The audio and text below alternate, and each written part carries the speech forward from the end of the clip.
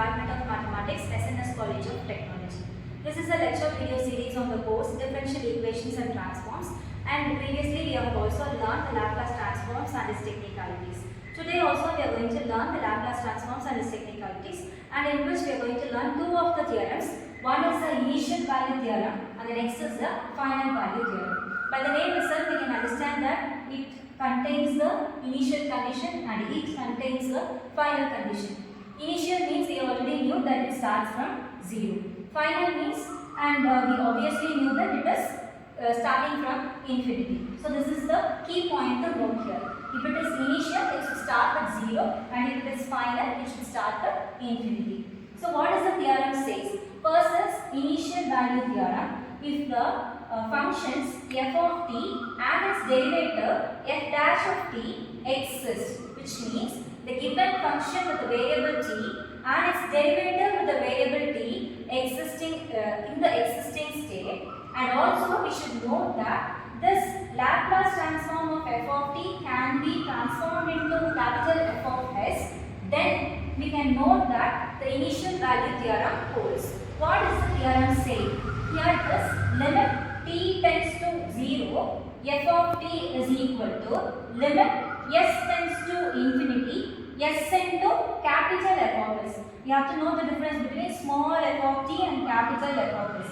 Small f of t is the given function, whereas capital F of s is the Laplace transformed function. So as you can notice, it starts with 0 and ends with infinity. This is what our initial value theorem is. What is it? I am repeating it again. Limit t tends to 0, f of t is equal to limit s tends to infinity, s into f of x. This is our initial value theorem. Hope you all understood the initial value theorem. And moving on to the final value theorem. Here also we need to have the functions f of t should exist, and also its derivative f dash of t to be existing here. Later, what is this L of f of t? It should be Laplace transformable, which means it should have a value while we are operating on the Laplace, which is equal to f of s.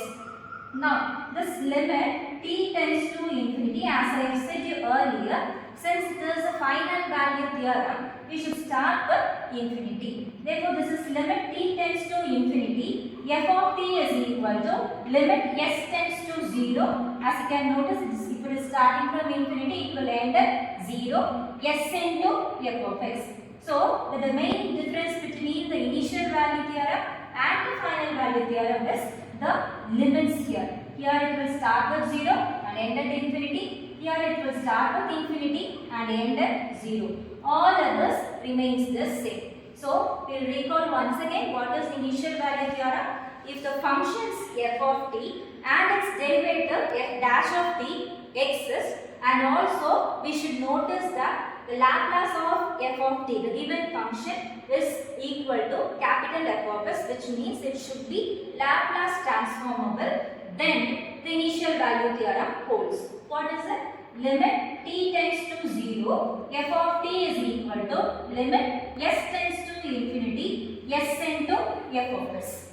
So what is it again? Limit t tends to 0, f of t is equal to limit s tends to infinity, s into f of s. Now, what is the final value theorem?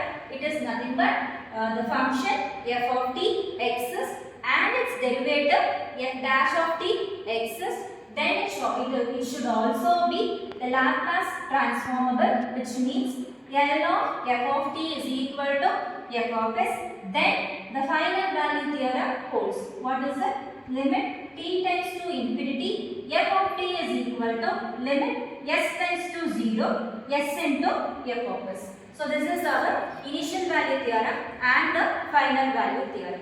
Now we will now we have learned the initial value theorem and the final value theorem.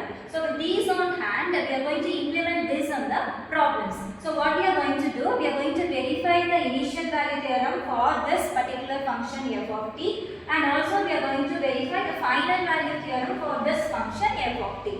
So how we will proceed according to the given theorems, we will see in the next video, and before that we will recall once again the initial value theorem and the final value theorem. Thank you.